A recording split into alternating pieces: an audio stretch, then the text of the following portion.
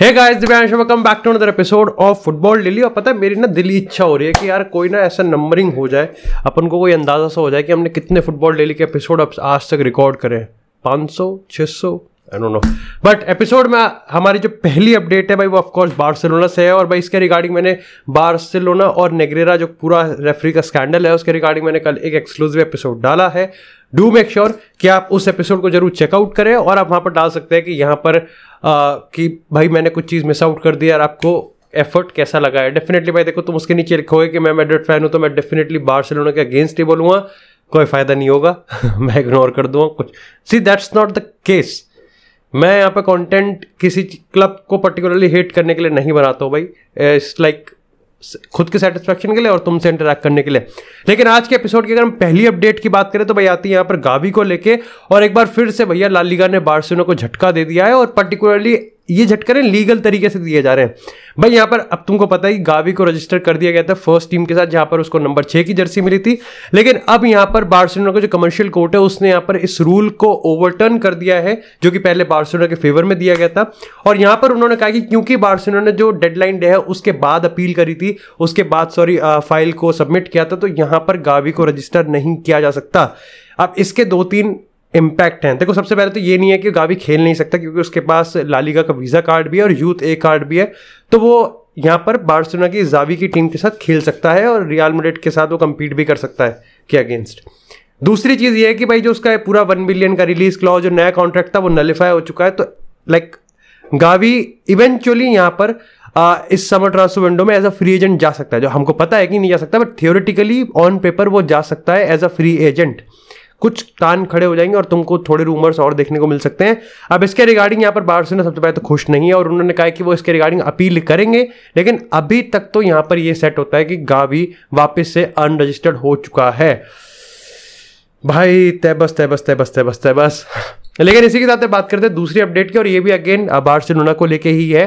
तो भाई यहाँ पर अब तुमको पता है कि Real Madrid as a injured party है, एज अ विक्टिम पार्टी यहाँ पर बताई जा रही है कि इस पूरी बार्सिलोना के स्कैंडल में, और ऐसे में वो भी अपना एक केस रखेंगे। और देखते हैं कि यहाँ पर रियल मैड्रिड का जो केस है वो किस अप्रोच के साथ जाएगा, एग्रेसिव जाएगा, कंजर्वेटिव जाएगा। लेकिन यहाँ पर एक न्यूज़ चैनल पे स्पेनिश गवर्नमेंट के जो स्पोक्स पर्सन होते हैं उन्होंने भी यहाँ पे कंफर्म कर दिया कि स्पेनिश गवर्नमेंट भी बार्सिलोना के अगेंस्ट उतरेगी इस पूरे केस में। सो डेफिनेटली भाई यहाँ पर अगर हम रियल मैड्रिड की बात करें जो कि एक तरीके से फ्रेंड होता हुआ दिख रहा था बार्सिलोना का, तो उसने भी यहाँ पर अपनी पीठ दिखा दी है। ला लीगा के बहुत सारे क्लब्स तो हैं ही अगेंस्ट थे, बस तो जन्म से ही अगेंस्ट है, और यहाँ पर अब स्पेनिश गवर्नमेंट भी इसके अगेंस्ट दिखाई दे रही है। इसी के साथ अगर बात करते हैं थोड़ी सी मैनचेस्टर यूनाइटेड की, तो हाल ही में यूनाइटेड वर्सेस साउथहैम्पटन के मैच में कासिमिरो को रेड कार्ड दिया गया था, जिसके चलते वो उसका दूसरा रेड कार्ड था 19 प्रीमियर लीग गेम में, और यहां पर उसको 4 गेम का बैन मिला था। लेकिन अब वापस से जब यूनाइटेड ने उस इंसिडेंट को देखा और उस पूरे कारनामे को देखा तो उनको समझ में आ गया अपील करने का कोई ज्यादा फायदा नहीं है, गाली वाली माँ बहन की वो कुछ दे देंगे तो कोई फायदा नहीं है। तो यहां पर यूनाइटेड ने डिसाइड किया है कि वो कासिमिरो के इस रेड कार्ड को अपील नहीं करेंगे और 4 मैच का जो बैन है वो यहां पर सर्व करने वाले हैं। जो कासिमिरो के आई थिंक रिटर्न डेट है वो 15 अप्रैल की है, उससे पहले वो हमको यूनाइटेड की जर्सी में नहीं दिखने वाले। इसी के साथ अगर बात करें पीएसजी की रिपोर्ट की, तो भाई ऑफकोर्स यहाँ पर डेविड ऑनस्टीन का मेल बैग आया था। और क्योंकि भाई इवन इफ मेरे पास ले पेरिसियन का एक्सक्लूसिव सब्सक्रिप्शन है, बट मैंने फिर भी उनके बारे में नहीं पढ़ा क्योंकि डेविड ऑनस्टीन की जो रिपोर्ट थी वो ऑफकोर्स तुमको पता है कि मैं सबसे ज्यादा प्रायोरिटाइज करता हूं। तो उन्होंने यहाँ पर सबसे पहले एम्बापे और मेसी के रिगार्डिंग ये चीज कंफर्म कर दिया कि इन दोनों के रिगार्डिंग डिसीजन जो ऑफिशियल है वो जल्दी ही आने वाला है, जहां पर मेसी को ये डिसाइड करना है कि वो अपना कॉन्ट्रैक्ट एक्सटेंड करेगा या फिर फ्री एजेंट के तौर पे जाएगा, या और वहीं एम्बापे को यहां पर ये कंफर्म करना है कि वो क्या कॉन्ट्रैक्ट रिन्यू करने वाला है या नहीं करने वाला। इसमें इंटरेस्टेड पॉइंट ये है कि जहां मेसी का तो काफी ऑब्वियस लग रहा था, लेकिन वही एम्बापे का मैं समझ रहा हूं कि एम्बापे का जो कॉन्ट्रैक्ट है वो 2024 तक है, अभी 1 साल बचा हुआ है, वो इस सीजन फ्री एजेंट नहीं हो रहा। लेकिन ऑलरेडी जो स्टोरी है वो इस तरीके से बनाई जा रही है कि एम्बापे के लिए या तो टिट है या फिर टैट है। तो उसको भी बताना ही पड़ेगा। अभी आई एम वंडरिंग कि अगर एम्बापे कह दे कि वो कॉन्ट्रैक्ट रिन्यू नहीं करने वाला तो क्या पीएसजी का डिसीजन होगा। खैर अभी हाल ही में तेबस ने ये भी चीज कही है कि अगर ला लीगा की बात करते हैं तो एम्बापे को सिर्फ एक ही क्लब साइन कर सकता है, वो है Real Madrid. Thank you so much Tebas भाई, लेकिन आप फिर भी सपेरे हैं। लेकिन यहाँ पर पता है एक चीज मैं कंफर्म कर देता हूँ कि लेपोर्ता ने अभी हाल ही में बार्सिलोना के लिए एक रिगार्डिंग एक इंटरव्यू दिया है पूरे स्कैंडल को करते हुए, और भाई तगड़ा इंटरव्यू था। मैं बता रहा हूँ, एग्रेसिव भी कह सकते हैं, इमोशनल भी कह सकते हैं, लेकिन तगड़ा इंटरव्यू था। और तुम में से जिसको लगता है कि वो इंटरव्यू, भाई वो एक तो लॉयर है, ठीक है, प्रेसिडेंट है, वो मेसी वाले सागा से निकल गया, उसके बाद वो इस पूरे इकोनॉमिक फाइनेंशियल क्रंच से निकल गया, और तुमको लगता है कि रेफरी वाले स्कैंडल में वो नीचे झुक जाएगा? भाई वो झुका देगा, टेबस को वो डॉगी स्टाइल में धूम धड़ाका कर देगा उसके साथ। लेकिन इसी के साथ यार बात करते हैं नेमार की। भाई नेमार के रिगार्डिंग यहाँ पर डेविड ऑस्टिन ने एक्सक्लूसिवली कंफर्म कर दिया है कि नेमार कहीं भी नहीं जाएगा, और तारीफों के साथ करा है। मतलब नेमार पीएसजी में रुकेगा, हमको ये लग रहा है कि बैड चीज़ है, बट डेविड ऑस्टिन ने अपने पर्सपेक्टिव में कहा कि अच्छी चीज़ है, क्योंकि नेमार सबसे पहले तो अपना करियर लिटरली पीएसजी में खत्म करना चाहता है, और ये मेरे को दिखता भी है, क्योंकि भाई जब 2027 तक का बेहतरीन पैकेज है, मतलब 4 साल, तब तक नेमार शायद से 35-36 साल का होगा, और 35-36 साल में भी वो लिटरली 600-700K की सैलरी ले रहा होगा। तो ऑफकोर्स यू कैन इमेजिन कि हाँ भाई वो क्यों रिटायर हो सकता है वहाँ पर। दूसरी चीज़ ये है कि नेमार की जो परफॉर्मेंस है वो भी काफ़ी अच्छी है, और यहाँ पर काफ़ी लोग ये मानते हैं कि पीएसजी की जो वैल्यू एसेट्स है वो नेमार की वजह से भी काफ़ी अच्छी है। हाँ ठीक है, एम्बापे भी स्पॉन्सरशिप लेके आता है, मेसी भी लेके आता है, लेकिन इस पूरे शैडो में हमको ये नहीं भूलना चाहिए कि नेमार भी बहुत कुछ करता है। नेमार की भी जो ब्रांड वैल्यू है वो एम्बापे से अभी दुगनी है, ये हमको भी पता है। ठीक है, हम एम्बापे हालैंड के चक्कर में भूल जाते हैं कि नेमार अभी भी इनका चाचा बाप तो है ही। लेकिन इसी के साथ बात करते हैं थोड़ी सी स्पर्स के मेल बैक की। तो भाई यहाँ पर ऑफकोर्स जो सबसे बड़ा मुद्दा है स्पर्स को लेके वो है यहाँ पर एंटोनियो कॉन्टे और हैरी केन। तो जहाँ एंटोनियो कॉन्टे को लेके पता चल रहा है कि ये तो जाएगा भाई, और उसका जो उसका रिप्लेसमेंट है वो अभी तक इन्होंने फाइनलाइज नहीं किया है, लेकिन हैरी केन के रिगार्डिंग कंफर्म होता हुआ दिख रहा है कि भाई स्पर्स एक बार फिर से हैरी केन को सेल नहीं करने वाली। उसका जो कॉन्ट्रैक्ट है वो 2024 तक है, 2024 के समर में वैसे फ्री एजेंट हो जाएगा, लेकिन फिर भी स्पर्स यहाँ पर बिल्कुल भी ढीलन ढल्लू कुछ भी नहीं, मतलब लूज नहीं होने वाली है। वो स्ट्रिक्टली यहाँ पर नया कॉन्ट्रैक्ट एक्सटेंड करना चाहती है, लेकिन हैरी केन इंटरेस्टेड नहीं है। हैरी केन इस पूरे सीजन खत्म होने के बाद यहाँ पर एक बार फिर से नेगोशिएट करेगा, और मेरे को लगता है कि, और रिपोर्ट्स के हिसाब से भी हैरी केन अपना जो स्टैंड है वो यही रखेगा कि उसको यहाँ पर अब स्पर्स को छोड़ना पड़ेगा या चाहिए।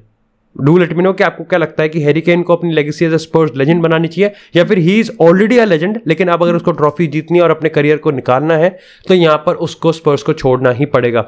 लेकिन इसी के साथ बात करते हैं अब थोड़ी सी रियल मैड्रिड की। तो में से काफी लोग कहते हैं मैं रियल क्यों कहता हूँ, तो रियल मैड्रिड की। तो भाई रियल मैड्रिड की अगर हम बात करें यहाँ पर, तो भाई सबसे पहले कार्लो एंसेलोटी को रिगार्डिंग ये खबर है कि जो लिवरपूल के अगेंस्ट चैंपियंस लीग का राउंड ऑफ 16 था इसको फाइनल की तरह ट्रीट करना है, और जो पिछले सीजन का चैंपियंस लीग था सेम वही रेप्लिकेट होगा, यानी कि हर मैच एक फाइनल की तरह होगा। अगर कार्लो एंसेलोटी यहाँ पर हम एक मेजर सिल्वरवेयर नहीं जितवा पाते हैं तो भाई कार्लो एंसेलोटी को जाना ही पड़ेगा। और ऐसे में रियल मैड्रिड के अगर कैंप की बात करें तो यहां पर राउ गोंजालेस इस समय फेवरेट बने हुए हैं कि वो कार्लो एंसेलोटी को रिप्लेस करेंगे as a new Real Madrid manager in the upcoming season. लेकिन एक काफी बढ़िया कैंडिडेट है जो कि अपने आप को बिल्कुल प्रिपेयर कर रहा है। मतलब पता है ऐसा काफी अच्छा सा लगता है जब कोई एक मैनेजर ना हमारी जॉब रियल मैड्रिड अपने क्लब के लिए बहुत ही पैशनेटली वेट कर रहा है, that is Thomas Tuchel. Tuchel Spanish सीख रहा है, टूकल यहाँ पर दूसरे क्लब्स को रिजेक्ट कर रहा है, टूकल यहाँ पर काफी ज्यादा ऑप्टिमिस्टिक है कि रियल मैड्रिड की जॉब उसे मिल सकती है। अल्टीमेटली तुमको पता है यहाँ पर व्हाट्स बेस्ट फॉर बिजनेस, यहाँ पर फ्लोरेंटिनो पेरेज ही अपना डिसीजन बनाएंगे कि उनको गोंजालेस के साथ जाना है या फिर एक्चुअली में वो थॉमस टूकल के साथ जाना चाहते हैं। डू यू रियली थिंक कि यहाँ पर कार्लो एंसेलोटी का कोई एक in any scenario Carlo Ancelotti को यहाँ पर एक नया सीजन मिल सकता है, और क्या मिलना चाहिए या फिर नहीं? लेकिन इसी के साथ बात करते हैं एक बार फिर से यूवेंटस की। तो भाई पॉल पोग्बा आए थे, बस इधर से आए थे और इधर से चले गए। एक बार फिर से भाई पॉल पोग्बा को आए हुए 1-1.5 हफ्ता भी नहीं हुआ, और यहाँ पर अलीगरी ने इस चीज को कंफर्म कर दिया है कि ट्रेनिंग सेशन में फ्री किक लेते हुए पोग्बा एक बार फिर से यहाँ पर इंजर्ड हो चुके हैं, और इस बार भाई की विदाई हुई है 4 हफ्ते के लिए। भाई की विदाई हो रही है कि ठीक है पारिवारिक है। लेकिन इसी के साथ बात करते हैं थोड़ी सी मैनचेस्टर सिटी की। तो भाई पेप गार्डियोला ने एक बार फिर से इस चीज़ को कंफर्म किया है कि उनका जो मैनचेस्टर सिटी का स्पेल है वो इस चीज़ पे जज किया जाएगा कि उन्होंने चैंपियंस लीग जीता कि या नहीं जीता। उन्होंने अब ये इसलिए हुआ क्योंकि वो प्री मैच प्रेस कॉन्फ्रेंस कर रहे थे। तुमको पता है आरबी लाइप्जिग और मैनचेस्टर सिटी 1-1 के साथ ड्रॉ है, और भाई पता है इंटरेस्टिंग लग रहा है मेरे को ये टाई, जो कि डेड रबर लग रहा था लेकिन टाई काफी ज्यादा इंटरेस्टिंग है। लिटरली मेरे को देखना पड़ेगा, क्या पता भाई एक सरप्राइज मिल सकता है अगेन। और ये भी तब हुआ है जब अगर हम बात करें यहाँ पर अर्लिंग हालैंड की पिछले 9 कॉम्पिटिटिव मैचेस में उसने सिर्फ 3 गोल स्कोर करे हैं। ये उल्टा होना चाहिए था, हम हालैंड की इस तरीके से छवि बन रखी है इन अ सिटी प्लेयर कि 3 गेम में वो 9 गोल मार सकता है, लेकिन 9 गेम्स में वो सिर्फ 3 गोल मारेगा, ये बिल्कुल यद्यपि हमको विश्वास नहीं होता। इसी को डिफेंड करते हुए केविन डी ब्रुयने ने कहा कि देखो अप्स एंड डाउन्स आते हैं, और इस चीज से मैं भी एग्री करता हूं। यस 9 गेम्स में 3 गोल आए, लेकिन अभी हमको नहीं भूलना चाहिए कि ऑलरेडी 34 गोल मार चुका है, प्रीमियर लीग में 28 गोल मार चुका है, और कभी ना कभी यहां पर Kevin De Bruyne Erling Haaland वापस से फायर स्टार्ट कर ही देगा। There is no doubt about it. लेकिन इसी के साथ यार बात करते हैं अपनी लास्ट अपडेट की, जो कि अगेन आती है बार्सिलोना से। तो भाई तुमको पता है रफीनिया को लेके काफी ज्यादा मतलब अनसर्टेनिटी है, क्योंकि एक तो एक कंफर्मेशन आया जेरार्ड रोमेरो से कि हाँ असेंसियो बार्सिलोना को ऑफर किया गया, और शायद से बार्सिलोना असेंसियो को ले भी लेती है, विच इज अगेन काफी काफी डामाडोल सा मामला है। पता नहीं क्या कंफर्मेशन है क्या कंफर्मेशन नहीं है, लेकिन एक चीज तो कंफर्म है कि उस्मान डेम्बेले के आती रफीनिया बाहर जाएगा। ऐसे में यहाँ पर आर्सेनल की बात करें, न्यूकासल यूनाइटेड की बात करें, सारे ही क्लब्स अभी एक बार फिर से रेड अलर्ट पे आ गए कि शायद से रफीनिया को लेने का बहुत बढ़िया मौका है। अब ये ज़ाबी को डिसाइड करना है कि क्या उसको चाहिए रफीनिया या नहीं चाहिए, और वो भी तब जब बार्सिलोना एक्चुअली में फाइनेंशियल कंडीशन है। कितना ही यहाँ पर लेपोर्ता लड़ ले, लेकिन तेबास यहाँ पर डेफिनेटली चीज़ों को आसान नहीं करने वाला। ऐसे में अगर बार्सिलोना को फंड्स रेस करने, और वो भी बिना डियोंग को सेल करे, जो कि ऑब्वियसली कंफर्म है कि वो डियोंग को कुछ भी नहीं होने देंगे, ना ही बेचने देंगे, ना ही लोन को, तो यहाँ पर रफीनिया को सेल करना है या नहीं करना है। आप एसेंसियो को एज अ फ्री एजेंट लेके आ रहे हो कम सैलरी पे, और रफीनिया को आप वापस से दे रहे हो ऑन प्रॉफिट, डिपेंड करता है, 70 मिलियन का प्राइस टैग है, ये अभी भी कंफर्म नहीं है। बाकी that's it for this episode guys. I hope आपको एपिसोड पसंद आया हो। एपिसोड पसंद आया तो एपिसोड को लाइक करें, चैनल को सब्सक्राइब करें, आपको इसी तरह फुटबॉल से एक्सक्लूसिव कंटेंट चैनल पर मिलता रहेगा। तब तक के लिए stay tuned, stay safe, and I will see you in the next episode.